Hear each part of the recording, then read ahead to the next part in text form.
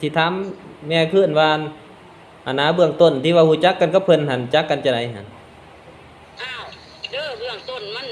แต่ก็รู้จักกันนอกไปก็สิจักกันกับเรานี่แหละจักน้ำเพชรน้ำลายนี่แหละคันจักน้ำเพชรจังซั่นน่ะโทรใส่เพิ่นนั่นว่าว่าข่อยเห็นเพิ่นถามข่อยว่าเจ้าอยู่ไสอยู่กับไผข่อยว่าข่อยอยู่ผู้เดียวคันว่าอยู่ผู้เดียวจังซั่นเพิ่นว่ามาอยู่ไม่สิเอามาอยู่นำกันได้บ่2คนได้บ่เพิ่นก็ได้ว่าเอาเฮากับปู่แล้วเฮาก็ว่าก็บ่เป็นหยังเฮาก็ว่าจังซี่แหละเฮาก็ว่าได้วันนี้เลยมื้อนึงเลย2มื้อแล้ววันนี้เพิ่นโทรมายังมาแล้วก็มาเว้ากันคุยกันแล้วเพิ่นลงมานะคันเพิ่นลงมาแล้ววันนี้ก็มาเว้ากันเอาเฒ่าเอาแก่มาเว้าสินะเอาเฒ่าเอาแก่มาเว้าแล้วก็เฮ็ดบทบันทึกสัญญาแล้วก็ว่าเพิ่นมันช่วงนั้นมันเดือน11เด้แล้วก็ขึ้นเนื้อขั้นขึ้นเนื้อแล้วเลยเดือน12เดือนเจียงแล้วก็ลงมาเฮ็ดไหมว่าสิแต่งมาแป้งจังซี่นะ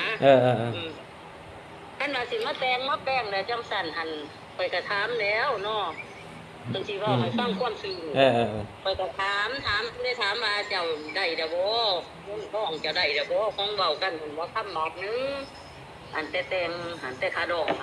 บัดนี้ก็เมื่อหันตามหาเว้ากันนะของว่าเว้ากันทุกเทื่อเนาะมันก็ธรรมดาบัดนี้แล้วก็เว้ากันจังซั่นแล้วก็เพิ่นก็ว่าไล่แล้วทำก็ได้แล้วเด้เพิ่นว่าซื้อแล้วคันว่าซื้อแล้วแล้วจังซั่นได้ลงมาคันลงมาแล้วมาฮอดเรือนฮอดซ่านแล้วคือมื้ออื่นจังสิเอาเฒ่าเอาแก่มาเอาเข้าบ้านมาสิค่าดองนั่นเท่าไหร่หั่นค่าดองนั่นบาทนึงเป็นเงินเท่าไหร่หั่นแม่30 ล้านในหนังสือยังอยู่เพิ่นจ่ายให้เลยบ่30 ล้าน30 ล้านหันเพิ่นให้ตั้งแต่6 ล้านยังอยู่หันมัน9 ปลายล้านกายนั่นค้างไว้หมดเนาะเอาค้างไว้เพิ่นก็บ่ได้ว่าค้างได้เพิ่นตามเพิ่นเฮ็ดในบทบันทึกสัญญาเขาเพิ่นว่าเดือนที่2วันที่15เพิ่นสิมาถอกเพิ่นว่าจังซี่แหละแต่ว่าสาเหตุที่ว่าผิดเถียงกันนี่แม่ไปอยู่นำเพิ่นนี่มันผิดเถียงกันย้อนเพิ่นหึงหวงเนาะย้อนหึงหวงแล้วก็แม่นแล้วก็ย้อนโตว่าค่าแก้วค่าดองนี่แล้วมันบ่ได้ถอกได้ที่แล้วเฮาก็บ่อยากอยู่แล้วสิเฮ็ดแบบว่าเฮ็ดโต๊ะเฮ็ดดึกแล้วเฮาก็บ่เอาคือกันสิให้แม่ล้มกับน้องสาวเพิ่นอยู่ห้องการสภาไทยควมฮัลโหลสบายดีแม่โดยเจ้าคือเฮาได้ฟังเหตุการณ์เกี่ยวกับที่มีดราม่าเนาะเฮาก็เข้าใจแล้วว่าเดี๋ยวนี้เฮาอยากถามว่าทั้งแม่อยากให้ทนายความเฮาดำเนินเลยบ่โอ้ยก็อยากให้ทำแล้วเฮ็ดเพราะว่าทางแม่นี่มันเฮ็ดบ่ได้แล้ว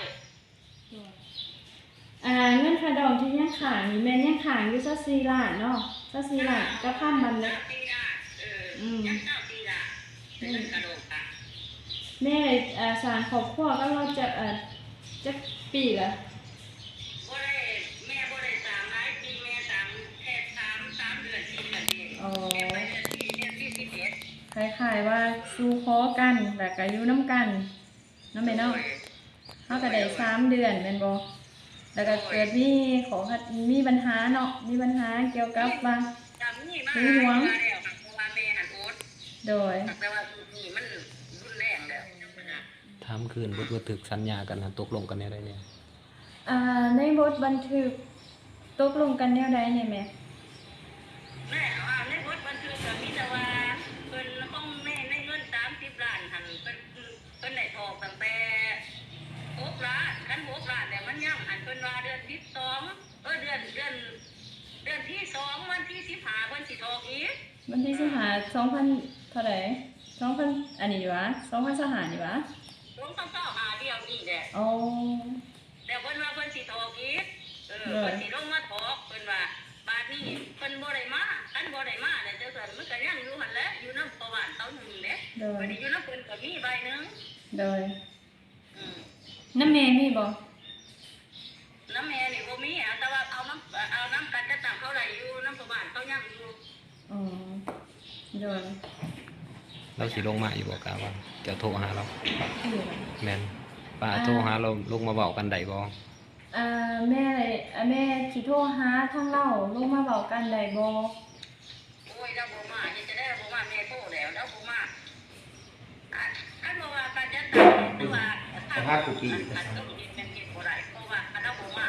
แม่เฮ็ดแต่นี่ขนาดแม่โทรมาให้เรามาเว้าดีจะหาคนจังให้เราไปเอาเมียเรายังบ่มาเรายังไปเลย โดย เจ้าจดทะเบียนข้างในบ่ถูกต้องตามกฎหมายจดทะเบียนแต่งดองข้างในบ่ทำแล้วบ่ บ่ทันได้ขาดเฮาว่า แม่ได้จดทะเบียนการแต่งดองคักแน่บ่ บ่ทันได้จดดอกเพราะว่ามันหาตัวความขอเด้พวกขอความแต่งนี่นะ โดย มันหักมาพี่รถบ่ซื้อแล้วก็เพราะว่าเฮาก็หาผู้พี่น้องเอื้อน้องเฮาหาผู้ว่าสิจ้า โดย เฮาบ่ได้เล่นนำเดา โดยเฮ็ดบทบันทึกแม่นเฮ็ดอยู่บ้านของแม่พี่เนาะ โดยเฮ็ดอยู่ดี โดย ถ้าเราบ่มาสิตัดสินใจขึ้นไปบ่ว่า ถ้าเราบ่มาแม่สิตัดสินใจขึ้นไปบ่ไปนำเราหอดขึ้นบ่ไปหอฟ้องเราอยู่ขึ้นบ่ ก็แม่ก็บ่ทัน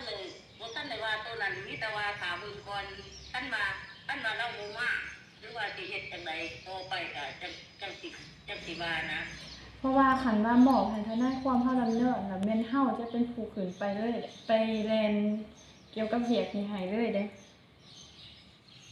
คันว่าแม่สิหอฟ้องเราน่ะ